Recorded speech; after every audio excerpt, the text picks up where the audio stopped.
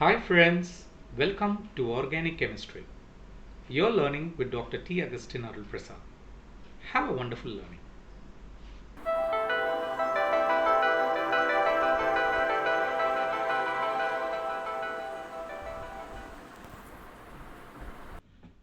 It is a well-known fact that those nuclei which has a net nuclear spin alone are NMR active. Now, this is actually calculated using a nuclear shell model where each shell corresponds to the quantum energy states of potential well including the angular momentum effects, and these quantum energy shells are further split due to the spin orbit effect, and these numbers corresponds to the multiplicity of states. Now, in our earlier discussion, we have understood how to calculate the net spin value and also the spin multiplicity. Let us try to understand how to calculate the net nuclear spin for a boron atom. Now, for a boron atom, the number of protons will be equal to 5 and the number of neutron is equal to 5.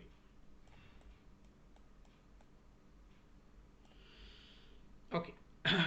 Now, in the case of boron, the 1s state will have 2 protons and the 1p state will have 3 protons, 1, 2 and 3. Similarly, the neutrons, 1s state will have 2 neutrons. We have already understood how to calculate the spin multiplicity of each using the formula 2i plus 1. So 2i plus 1 will give you the spin multiplicity value, and L plus or minus 2 will give you the L plus or minus 1 by 2 will give you the spin quantum number I.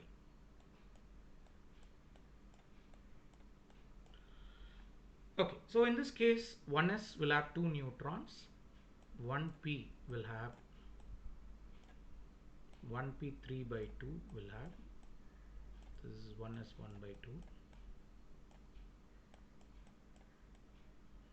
So 1p 3 by 2 will have 1, 2 and 3. So totally it is 5. So 5 plus 5, 10. Now you can see in this case you have one net nuclear spin. So now we can calculate the net spin value I is equal to 3 by 2 in this case, and here also the spin value from neutron is equal to 3 by 2. Okay, is it clear? So this is equal to 6 by 2, that is equal to 3. So for boron, the net nuclear spin value is equal to 3. See, this is how we get these numbers. Okay, so you can understand how we get these numbers, the values 3, 2, 1 by 2, 5 by 2, etc. Okay.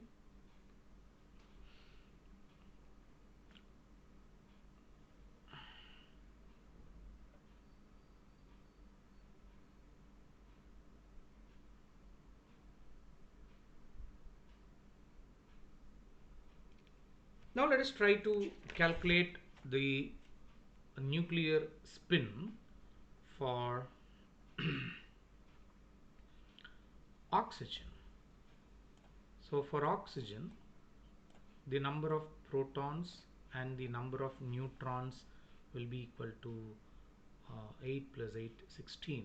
Okay, so if the number of proton is 1, 2 and 1, 2, 3 and 4, so totally it comes to 6, 1, 2, so 8. So similarly we will have 8 neutrons. Therefore, the net nuclear spin will be equal to 0. Whereas in the case of oxygen 17, there will be one extra neutron, and that in the case of oxygen 17, let us try to write down the nuclear shell configuration. So I will call it as a nuclear shell configuration, like your electronic configuration. So my nuclear shell configuration will be 1s 1 by 2, 1s 1 by 2, 2, 1p 3 by 2, 4,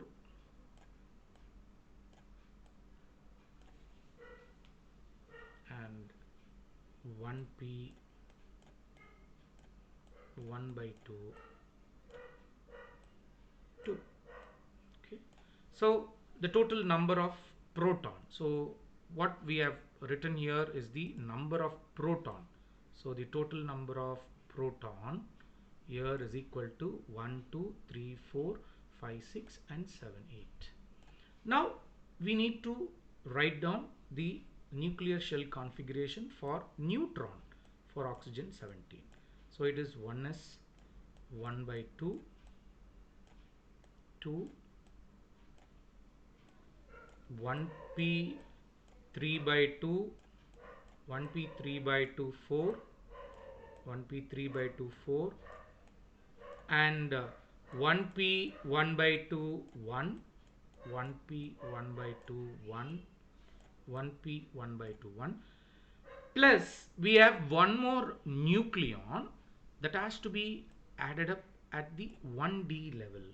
Therefore it will be 1d 5 by 2, 1d 5 by 2, 1. Therefore the net nuclear spin for oxygen 17 isotope will be equal to, okay, I is equal to 5 by 2, and therefore it should be NMR active. So this is how we should calculate the nuclear spin. You can see here the net nuclear spin for the net nuclear spin for oxygen 17 is 5 by 2.